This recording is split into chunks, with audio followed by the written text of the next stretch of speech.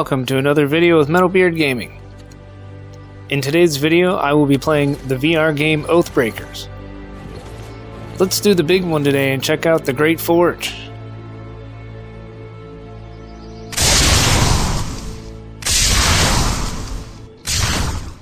This dungeon requires 400 essence and is arguably one of, if not, the most difficult dungeon in the game. To get there, we're going to start by heading to 1B.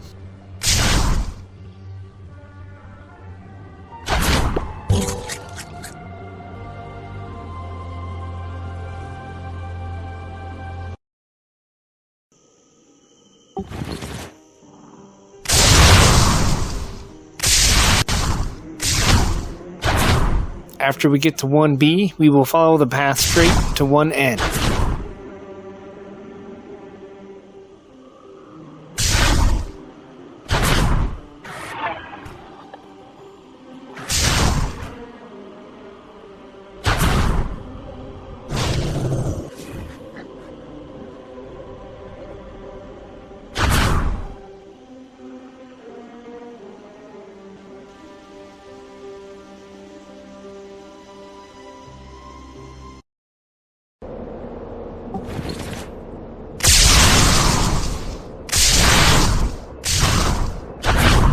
Once in 1N, I will follow the path straight around the bend, hugging the right side to avoid some goblin archers on the left.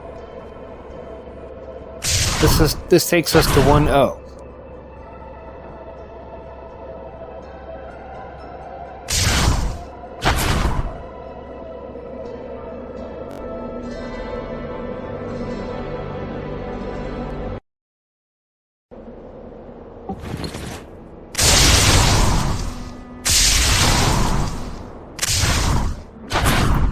After we enter 1O, we will go straight up the hill and float off to the left beside the Thieves Guild straight to the 1C gate.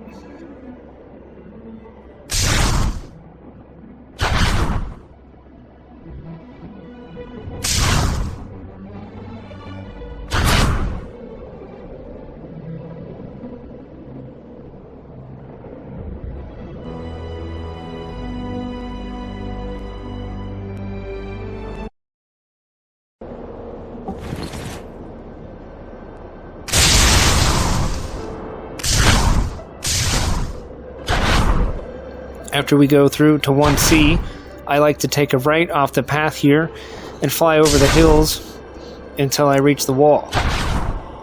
These hills are the last Yeti cave. After reaching the wall, take a left until you reach the gate that leads into 1J.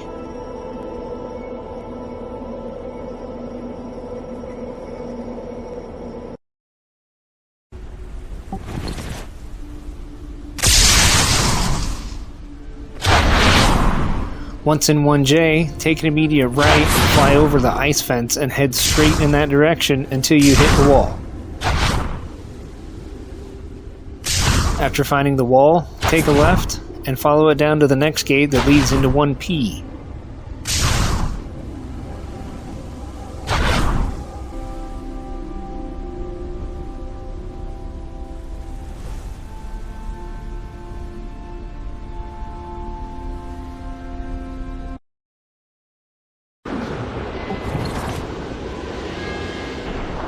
Now the easy part. Run out just a bit to the right until you find a building, pass it until you find the next building, and keep running in that direction and you find the castle wall.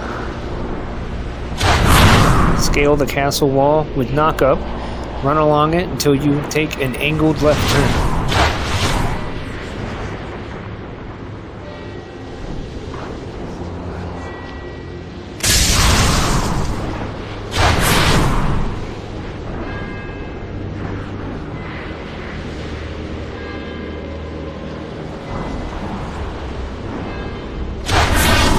After making that turn, just jump over the wall to the left, and you'll see the entrance of the Great Forge dungeon. Again, this costs 400 essence to enter.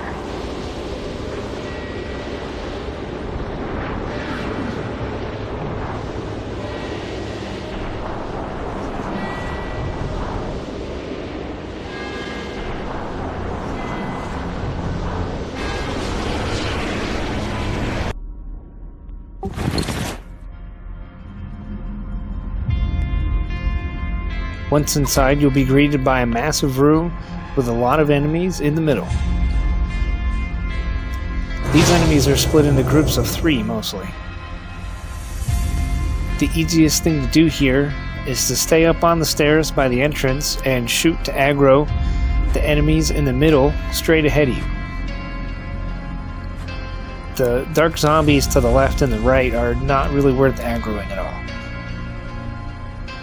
The group in the middle will get you your gold key card to enter the boss room much faster.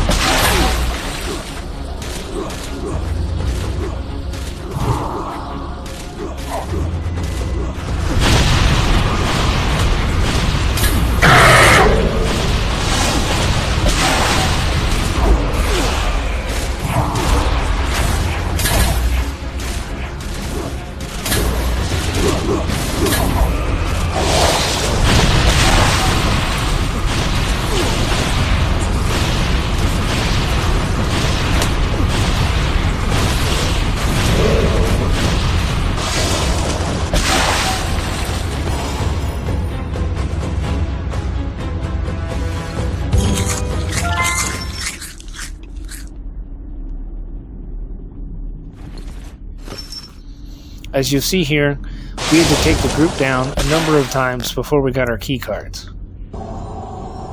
If you have a large group with you, you can go down through the middle and take everything out to reach the boss room in the back. If you're only in a group of 2 or 3, I would just run along the left or right side and attempt to take one group of enemies at a time as fast as possible to get through the room to reach the other side.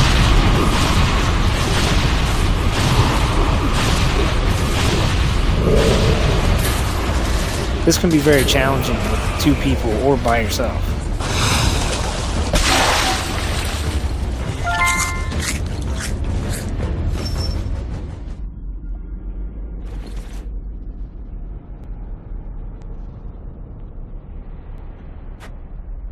Like, yeah.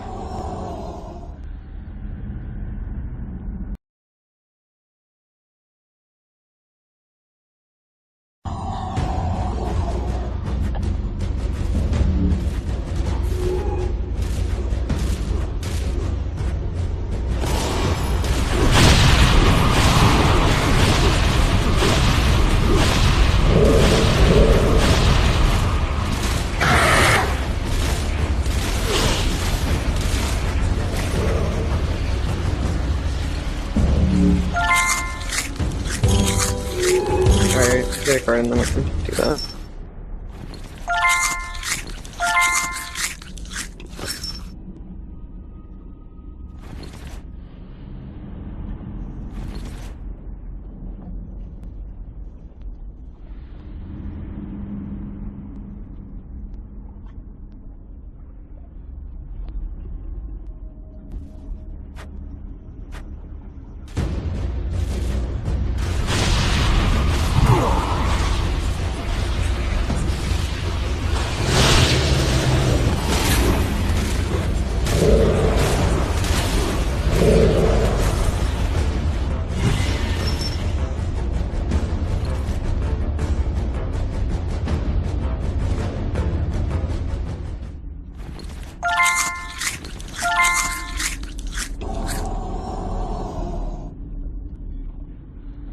That was wild.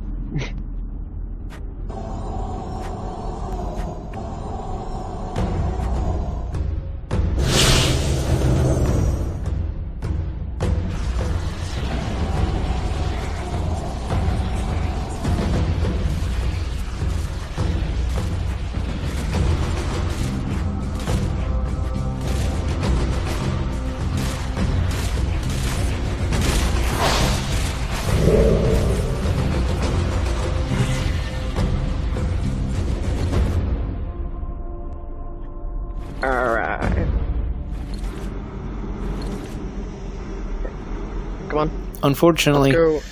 I had a group with me that went straight down the middle and took everything out at once. But for some reason, my Quest 3 stopped recording, and I didn't realize it until we had gotten across the room. For this reason, I'm missing the footage of clearing the first room after getting too far.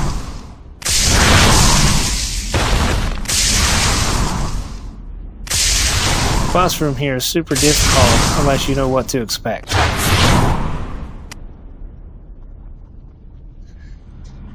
The tank has to continuously keep up rolling thunder and agility to keep his distance from the boss while running in a circle. At the same time, he has to watch the boss to use either a fire rooting attack or a freezing attack. The tank has to keep up with rock armor and defrost to combat these attacks while attacking on his own and continuing to keep his distance to avoid the boss's normal strong attacks. Some people can also run the tank using a combination of protection and block spells as well. If he roots you and you stop moving, you might be in trouble. If you have someone with you to also do damage, they'll either be chasing from behind or shooting from the middle of the room with ranged attacks. Everyone in the room should maintain rolling thunder and be prepared to start running the circle if they themselves draw aggro off the tank. You must pay attention because that can happen pretty quickly. Now while all this is happening with the boss, there's also about 20 darkened souls on the edge of the room that will all cast dark ranged attacks at the same time every so many seconds. These attacks cause poison to you if you get hit. Just keep moving and jumping around to avoid these attacks.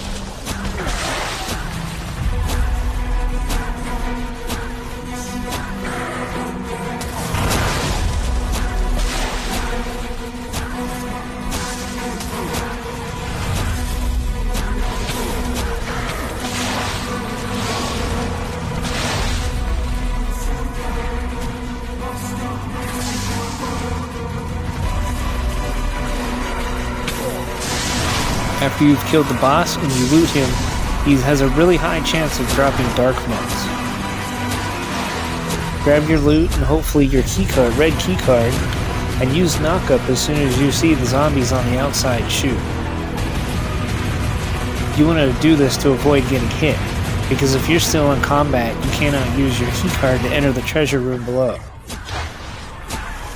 If you're in combat for too long, and you can't get into the treasure room, the boss might respawn, and then you're going to have to do this dance all over again. I was terrible with this fight, as it was my second time here, and my first time defeating him.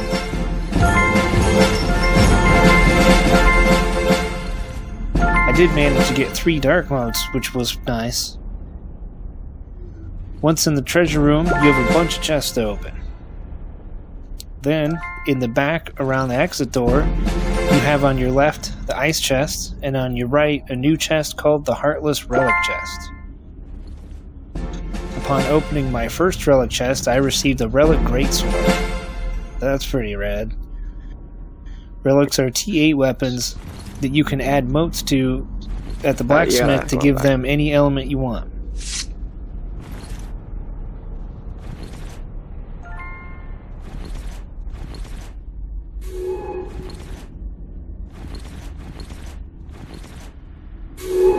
Alright, I'm gonna go back to Public Haven. See you later.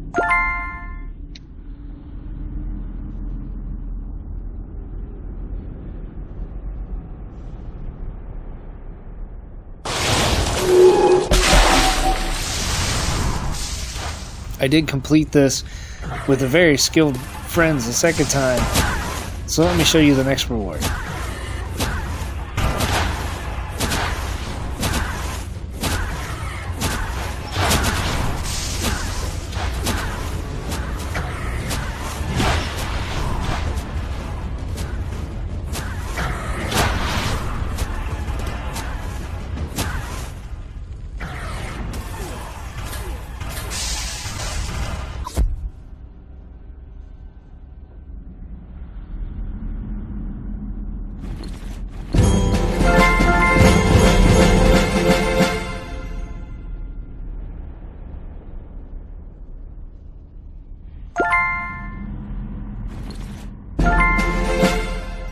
The second time I got a relic fist weapon, and the ice chest gave me another mud staff.